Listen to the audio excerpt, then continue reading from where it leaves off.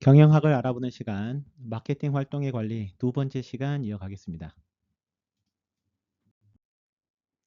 마케팅 믹스의 4P에 대해서 얘기하고 있는데요. 자, 세 번째, 촉진 관리에 대해서 알아보겠습니다. 촉진 관리는 소비자와 기업 간의 의사소통을 통해서 제품이나 서비스의 가치를 전달하고 구매 행동을 유도하는 활동으로 볼 수 있겠죠.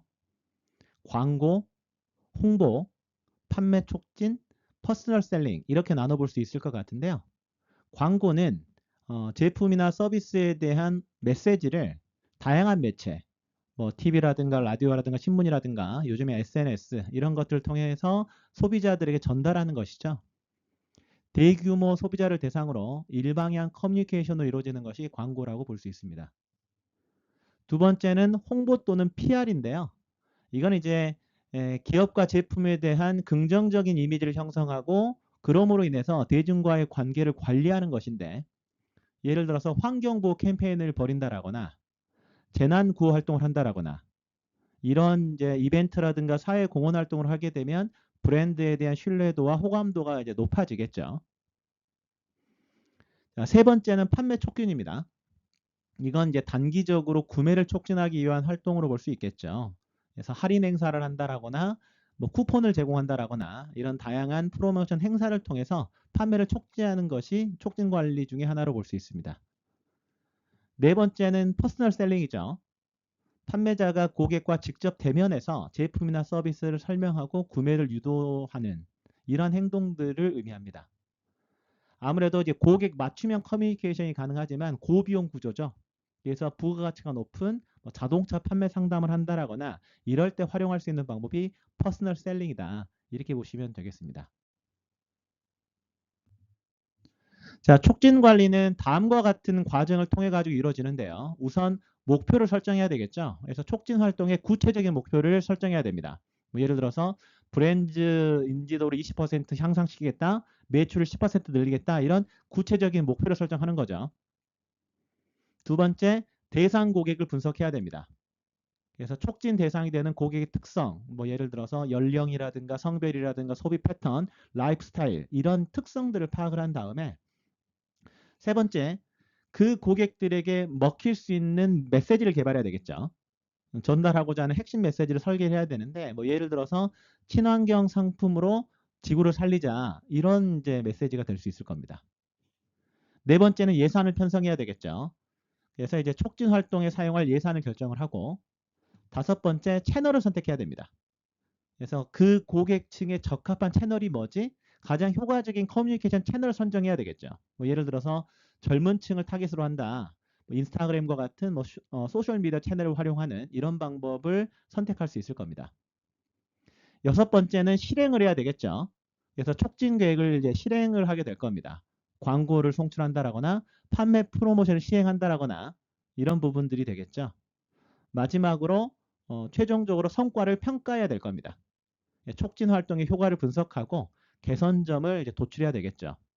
그래서 광고의 도달률이 어느 정도 되는지, 매출이 변화했는지, 고객의 반응은 좋은지 이러한 성과를 평가해야 될 겁니다. 그리고 촉진 관리는요, 풀 정책이 있고 푸시 정책이 있습니다. 약간의 차이가 있는데요. 풀 정책은 최종 소비자를 대상으로 하는 겁니다. 그래서 소비자가 어떻게 보면 이제 직접 제품이나 서비스를 요청하도록 최종 소비자를 대상으로 마케팅 활동을 집중하는 전략으로 볼 수 있겠죠. 당연히 이제 광고를 낸다라거나 프로모션을 한다라거나 SNS 마케팅을 한다라거나 이런 부분들을 활동 수단으로 사용할 수 있습니다. 풀 정책의 효과는 장기적인 브랜드 충성도 그리고 소비자 중심의 수요를 창출할 수 있죠. 다만 이제 고객들을 직접 대상으로 하다 보니까 초기 비용이 높고 즉각적인 판매 증가 효과는 제한적일 수 있습니다. 뭐 예를 들어서 이제 스타벅스 같은 경우에 광고와 소셜 미디어를 통해서 브랜드를 알리고 소비자가 매장에서 직접 제품을 사도록 유도를 하는 이런 것이 풀 정책으로 볼 수 있겠죠. 근데 푸시 정책은 유통업체와 판매자를 대상으로 하는 겁니다. 그래서 이제 제품을 유통업체나 판매자를 대상으로 마케팅 활동을 진행하는 거죠.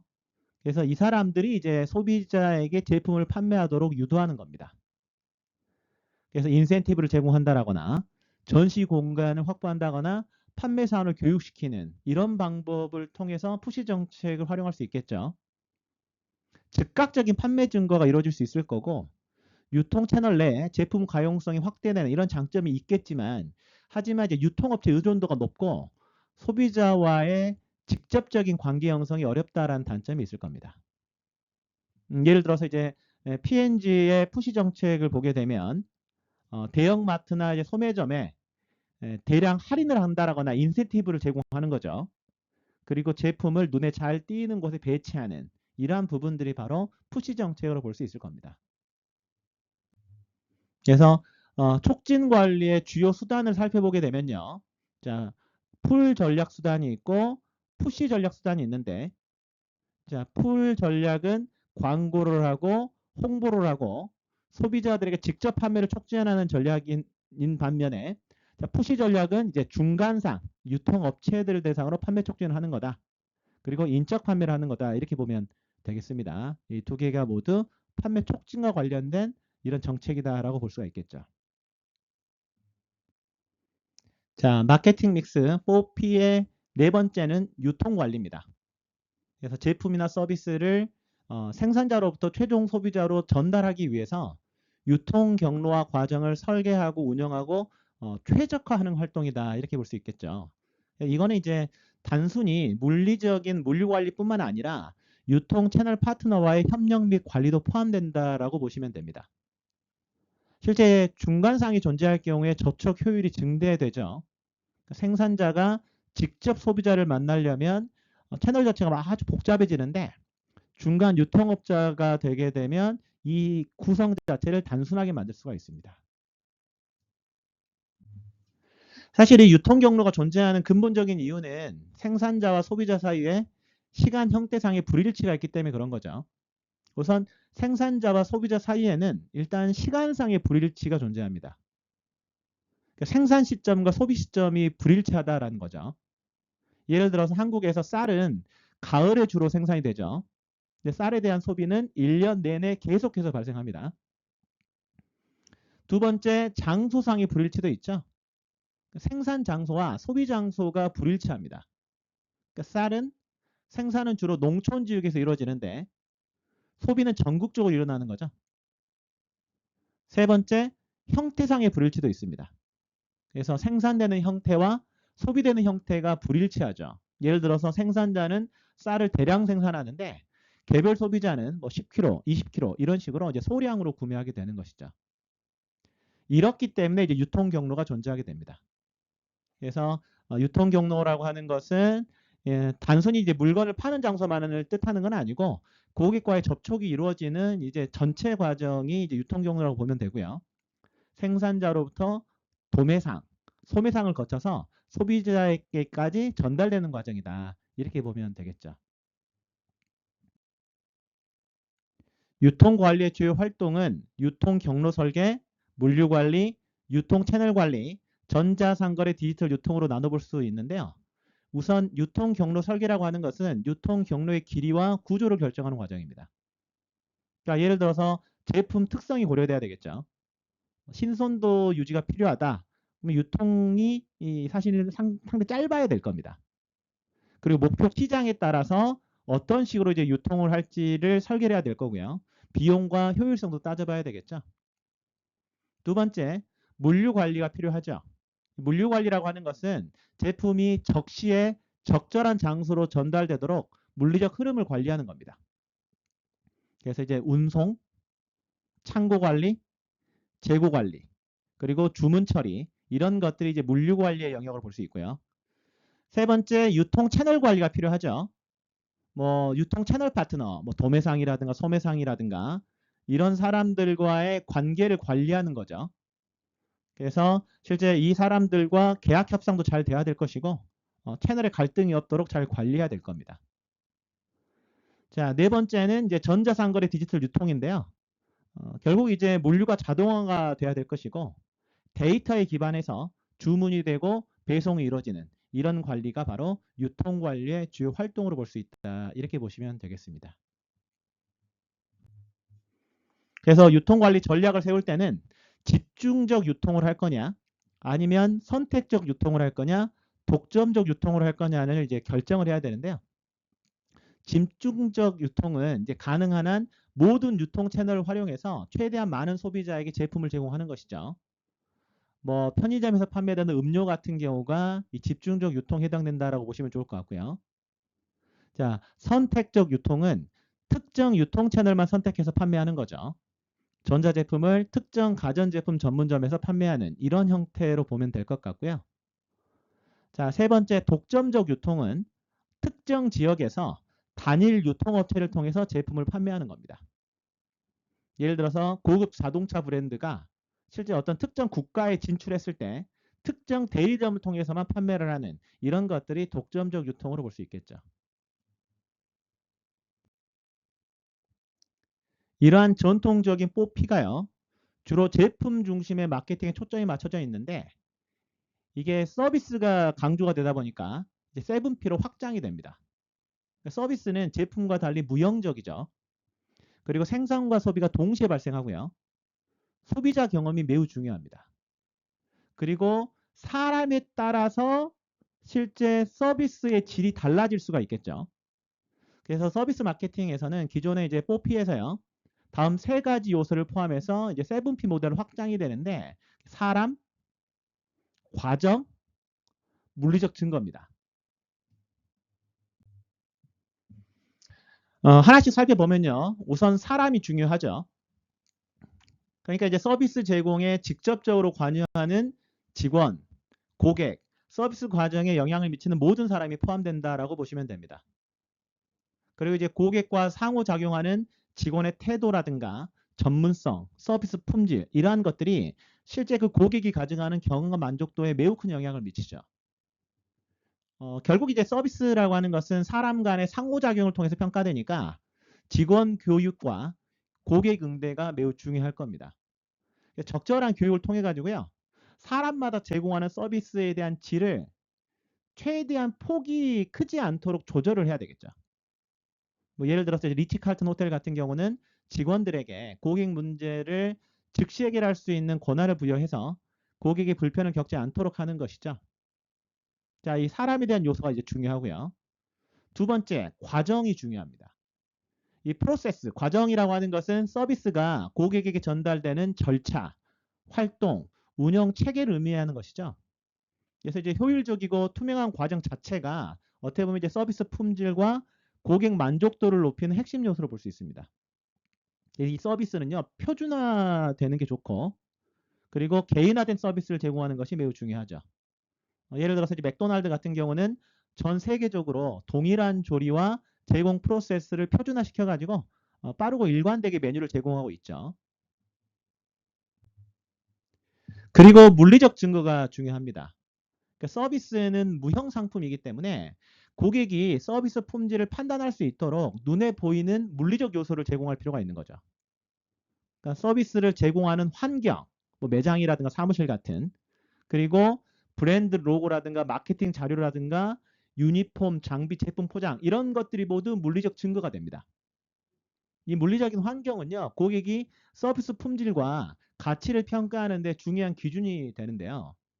예를 들어서 그 병원 로비에 갔어요. 근데 정말 깔끔하고 편안하게 되어 있습니다. 그럼 환자 입장에서 어떤 느낌이 들까요? 아, 이 병원 정말 믿을 만하다. 신뢰감을 가질 수가 있고, 아, 이 병원은 고급 의료 서비스를 제공한다라는 인식을 심어줄 수 있겠죠. 예를 들어서 어떤 은행에 갔는데, 뭐 직원들도 옷도 뭐 대충 챙겨 입고, 무엇인가 그 환경 자체가 어질러져 있고, 이렇게 되면 금융 서비스를 믿을 수 있겠습니까? 그럴 수 없겠죠. 따라서 이런 물리적 증거를 잘 확보하는 것이 중요하다. 이렇게 보시면 되겠습니다. 학술적 관점에서 서비스 품질을 이해할 필요가 있는데요. 서비스 품질은요, 우선 객관적 품질과 인식된 품질로 나눌 수 있습니다. 그래서 객관적 품질은 이제 기계적 품질이라고도 하는데 사물이나 사건의 객관적인 면이나 특징을 포함하는 거죠. 자, 인식된 품질은요, 인간적 품질이라고도 하는데 즉 객체에 대한 사람들의 주관적 반응으로 볼 수 있습니다. 그래서 서비스 품질은 객관적 품질을 고려해야 되는데 그럼에도 불구하고 주관적인 주로 인식된 품질이 사용된다. 이렇게 보면 되겠죠. 그리고 서비스 품질을요. 과정 품질과 결과 품질로도 나눌 수 있습니다. 결과 품질은 이제 고객이 기업과의 상호작용에서 무엇을 받느냐 왓에 해당되는 거고요. 과정 품질은 고객이 서비스를 어떻게 제공받는가 how에 해당되는 거다라고 보시면 되겠죠. 결국 서비스 품질이라고 하는 것은 소비자들이 가지고 있는 기대가 있죠. 그리고 기업이 실제로 제공한 성과 이걸 비교하게 됩니다. 그래서 이제 소비자의 기대와 성과 사이에 있는 불일치 정도와 방향 이런 것들이 이제 서비스 품질에 대한 모형 설계에서 기초 개념으로 이용되는 것이죠. 서비스 품질을 측정하는 모형에는 2차원 품질 모형, 5차원 품질 모형, 3차원 품질 모형이 있는데요. 우선 그로노스의 2차원 품질 모형에 대해서 알아보겠습니다. 사람들의 지각된 서비스 품질은요. 기대한 품질과 체험한 품질 간의 차이에서 인식된다라는 것이죠. 즉 기대한 서비스 품질보다 체험한 서비스 품질이 더 높다면 만족도가 높아질 겁니다. 그래서 이제 기대 품질과 체험한 품질이 있는데요. 자, 기대 품질은 자, 마케팅 커뮤니케이션, 이미지, 구전, 고객의 니즈에 따라서 이제 기대 품질이 만들어지고요. 그리고 서비스를 어떻게 기술적으로 제공받았느냐, 그리고 어떠한 기능으로 제공받았냐에 따라서 이미지가 형성이 돼서 이것이 체험 품질로 나타난다라는 거죠.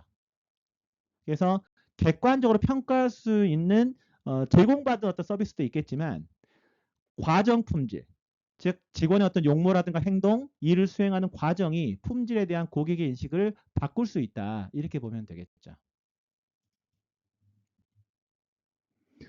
자, 그리고 서비스 품질 모형 중에요. 서브컬의 5차원 모형이 있습니다. 서비스 품질을 측정을 할 때 유형성, 신뢰성, 반응성, 확신성, 공감성으로 측정할 수 있다는 거죠. 그래서 유형성이라고 하는 것은 물적 요소의 외형으로 볼 수 있습니다. 그래서 서비스를 제공하는 어떤 그런 기관의 시설이라든가 외관이라든가 직원들의 깔끔함이라든가 이런 것들이 이제 유형성 요소로 볼 수 있고요. 자, 신뢰성은 믿을 수 있고 정확한 임무 수행을 하느냐 이거죠. 서비스의 약속 시간을 준수하는지, 그리고 고객이 문제에 봉착했을 때 성심성의를 보이는지, 자, 제대로 서비스를 수행하는지 이러한 것들이 이제 신뢰성의 영역이 될 겁니다. 자, 반응성은 즉각적이고 자발적으로 반응하느냐 이거죠. 그래서 서비스 제공 시간에 약속이 좀 정확한지, 그리고 신속하게 서비스 제공을 하는지, 아무리 바빠도 고객 요청에 응대를 하는지 이러한 것들이 반응성으로 볼 수 있고요. 네 번째는 확신성입니다. 그래서 능력, 공손함, 믿음직함, 안정성 이런 것들이 확신성이겠죠. 그래서 이제 고객에게 확신을 주는 직원들의 행동이 확신성으로 볼 수 있을 것 같고요. 어떤 거래 안정성이라든가 고객에게 친절한 직원 이러한 것들이 바로 확신성을 측정하는 요소다라고 보시면 되겠습니다. 마지막으로 공감성인데요. 이거는 이제 접근이 용이하고 의사소통이 원활한지를 이제 확인해 보는 겁니다.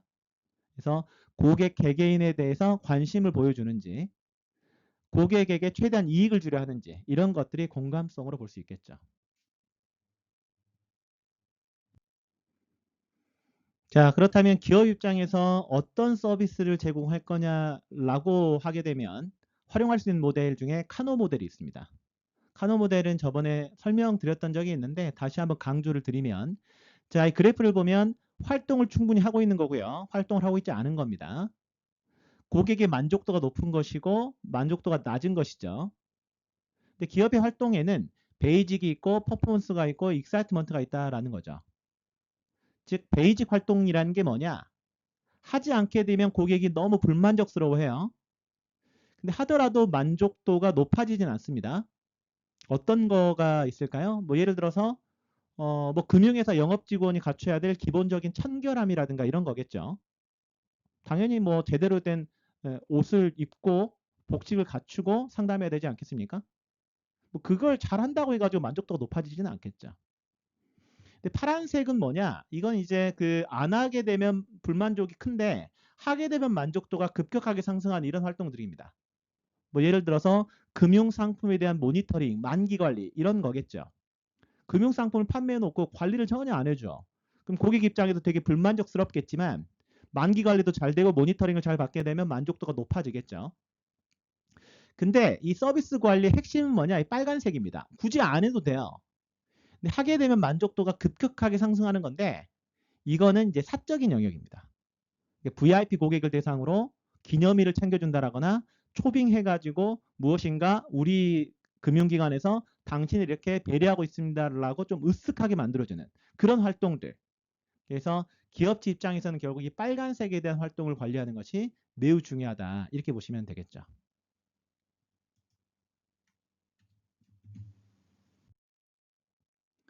그리고 서비스 품질을 측정하는 모형 중에 3차원 모형이 있는데요. 이 브래드 앤 코닌의 3차원 모형을 보게 되면 서비스 품질은 자 결과 품질, 상호작용 품질, 환경 품질로 측정할 수 있습니다. 이 결과 품질이라고 하는 것은 고객이 서비스를 받는 후에 얻는 이제 결과물의 품질로 볼 수 있겠죠. 그리고 이제 상호작용 품질은 고객과 서비스 제공자, 뭐 직원이 될 수 있겠죠. 즉 고객과 직원 간의 상호작용에서 느껴지는 이제 서비스의 품질. 뭐 예를 들어서 뭐 친절하게 응대를 해준다라거나 고객의 요구를 빠르게 처리하는 이런 내용들이 들어갈 겁니다. 세 번째는 환경 품질인데요. 이건 이제 서비스가 제공되는 물리적 환경 또는 이제 분위기의 품질로 볼 수 있겠죠. 기업은 이 세 가지 요소를 모두 관리함으로 인해서 고객의 만족도를 높이고 재방문 의도나 충성도를 증가시킬 수 있을 겁니다.